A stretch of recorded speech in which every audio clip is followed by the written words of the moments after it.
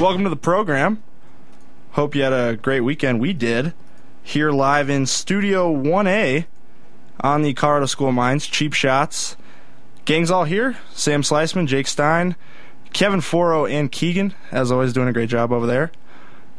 Sad day, and I'm just going to bring you right in on it, Sammy. I know a little upset about the NBA lockout, a little more upset about the intro. Well, yeah, we've been doing Monday Night Football all year, and Vikings are on, albeit on the road, 13-point dogs. I think they're going to come out with a pretty good showing tonight, and you push them under the rug and play the stupid NBA music for the stupid NBA with the stupid players and terrible lawyers. Stern was on SportsCenter today, just tearing them apart. But things just got ugly in the NBA, that's for sure. The league does not accept the proposal, or the players don't accept the proposal. David Stern was on TV today.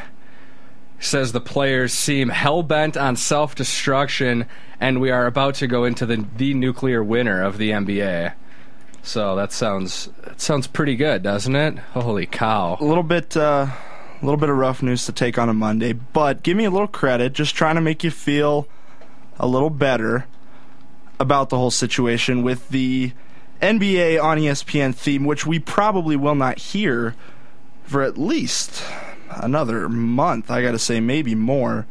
Originally, we had the over-under at Christmas. We brought that to you earlier in the fall. I took the over, Sam taking the under. We'll see how that plays out, but certainly it looks like at this point, I think we're thinking February. Probably looking at basketball in 2012 as more certain than basketball in 2011. But what's on tap for tonight, as Sam mentioned, the NBA rejects the owner's offer. The union will file a disclaimer of interest, which doesn't really mean anything except there won't be basketball later than sooner. Steelers over the Bengals this weekend. Andy Dalton looked like a rookie, finally. Saints beat the Falcons on Mike Smith's fourth down call in his own territory. Pats win on Sunday night. Broncos win. Who needs a forward pass? 2 for 8. Tim Tebow threw a touchdown, 17-10. Vikings-Packers tonight on Monday Night Football. In college, Boise State and Stanford both lose.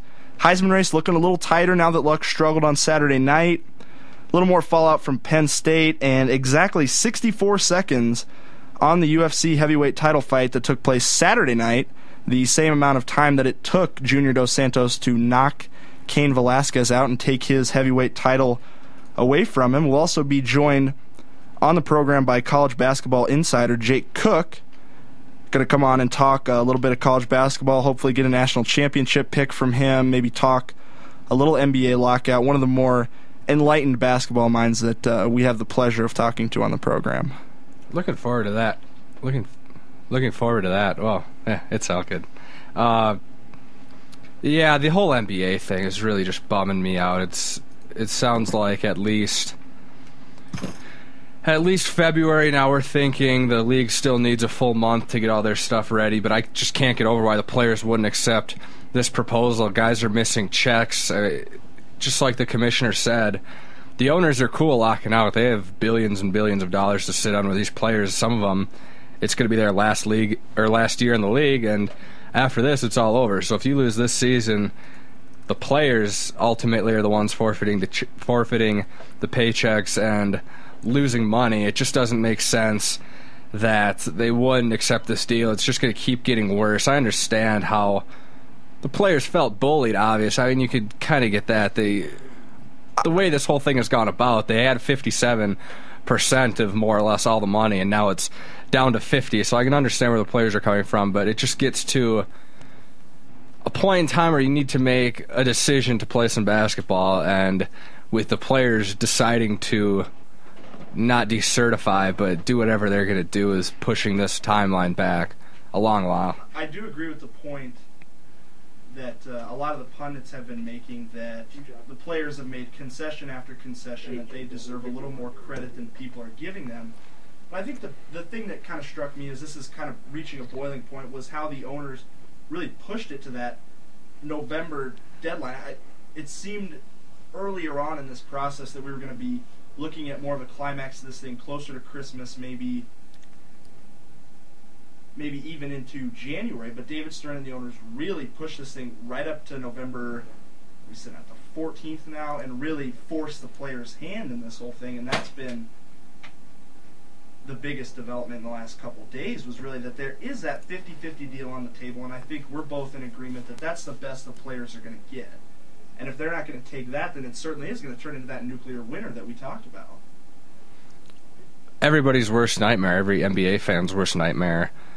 The lawyers for the NBA, a guy named Jeffrey Kessler, who has kind of been an antagonist this whole time with, as far as the negotiations go from the players' side. He's negotiating on behalf of the players, but I mean he's thrown some racial fuel into this fire with plantation owner stuff and whatnot, and now it sounds like him, along with a lot of the agents, were pretty much instrumental in getting the players to decide on something like just banding or doing whatever they're doing, and now moving into that direction. Oh, I just lost sound and complete sound. There we go. That's a little better.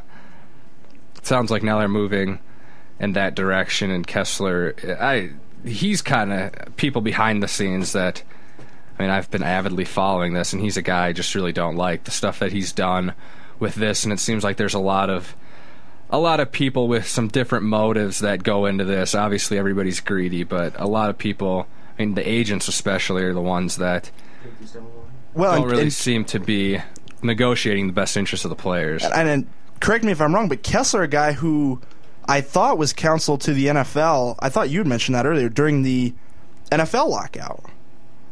Well, the weird thing is, I think he was actually a part of the NFLPA, and he says that the players, the NBA players, have a strong case based on what the NFL presented, but there's another lawyer involved, something Boise, Bose, another lawyer for the NBA, and he was actually arguing on behalf of the owners back when the NFL stuff was back when the NFL stuff was right in the midst of their decertification, antitrust lawsuits.